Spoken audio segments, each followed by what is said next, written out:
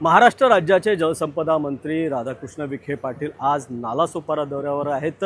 त्यांनी पक्षाच्या कार्यक्रमाबरोबरच एक मैत्रीचा कार्यक्रम होता। जे तानिया बिल्डर आहेत त्यांचं एका बांधकामाचं भूमिपूजन करण्यासाठी आलेलं आहे। सर, कसं सांगाल, मैत्री आणि पक्ष हे दोन्ही झोपलेले आहेत आज?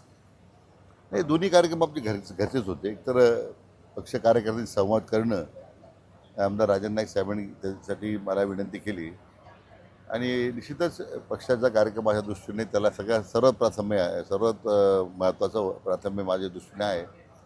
त्यामुळे कार्यकर्त्यांशी संवाद झाला आणि दुसरा एक गृह प्रकल्प जो आता पीटर फर्नांडिसने सुरू केला आहे, ते माझे गेले 7-8 वर्ष मित्र आहेत। मित्राच्या कार्यक्रमाला येणं आणि त्यांचा उद्या वाढदिवस आहे, तर वाढदिवसाला शुभेच्छा देण्यासुद्धा मला संधी मिळाली, अतिशय आनंद वाटला। सध्या दुबार मतदार नोंदणीचं जे आहे हे मोठ्या प्रमाणात आरोप प्रत्यारोप होत आहेत, काय सांगाल याबाबत?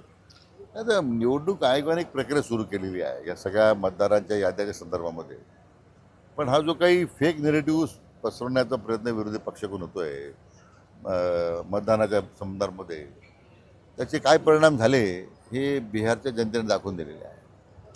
तिकडे राहुल गांधीपासून सगळ्या विरोधी पक्षाने हाच फेक नेरेटिव्ह चालवला, लोकांनी त्यांना पूर्णतः त्या ठिकाणी पूर्णतः नेस्तनाबूत केलं।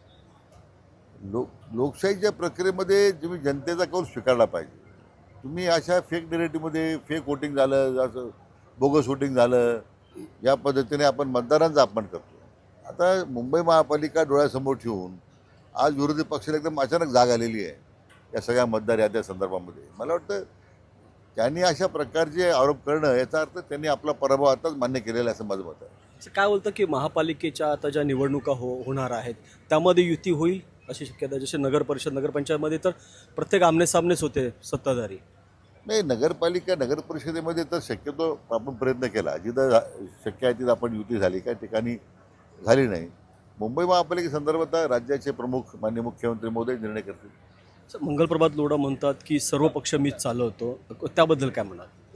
नाही, मला मंगलप्रभातजी काय म्हटले, कोणत्या कॉन्टॅक्टमध्ये म्हटले मला कल्पना नाही आहे। असं कोणी पक्ष चालवत नाही आहे असं की, मात्र त्यांनी जो माननीय मुख्यमंत्र्यांसंदर्भात उल्लेख केला होता, आज राज्य ज्या गतीनं पुढे चाललं आहे, राज्य ज्या पायाभूत सुविधांसाठी देशामध्ये नंबर 1 होतं आहे, हे केवळ आणि केवळ एक क्षमता आपल्या लोकप्रिय मुख्यमंत्री माननीय देवेंद्रजीमध्ये आहे। निश्चितच त्यांच्या नेतृत्वाखाली सरकार अतिशय कार्यक्षमतेनं आणि मला वाटतं उद्याच्या भविष्याच्या 25 वर्षाचा विचार करत हे सरकार सुरू आहे। उद्धव ठाकरेंनी हे म्हटलेलं आहे की जर विरोधी पक्षांना विरोधी पक्षपद देत नसाल तर 2 उपमुख्यमंत्री काय करायचं, ते एक मुख्यमंत्रीपद काढा ना। असे उद्धव ठाकरेंना काय वाटतं ते माझ्या दृष्टीने त्याला महत्त्व नाही आहे। त्यामुळं जर विरोधी पक्ष नेत्या इतके आमदार ते निवडून देऊ शकले नाही, त्याचं खरं त्यांनी आत्मपरीक्षण केलं पाहिजे।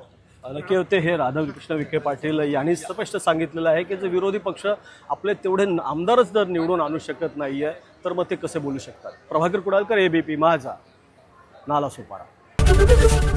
एबीपी माझा, उघडा डोळे बघा नीट।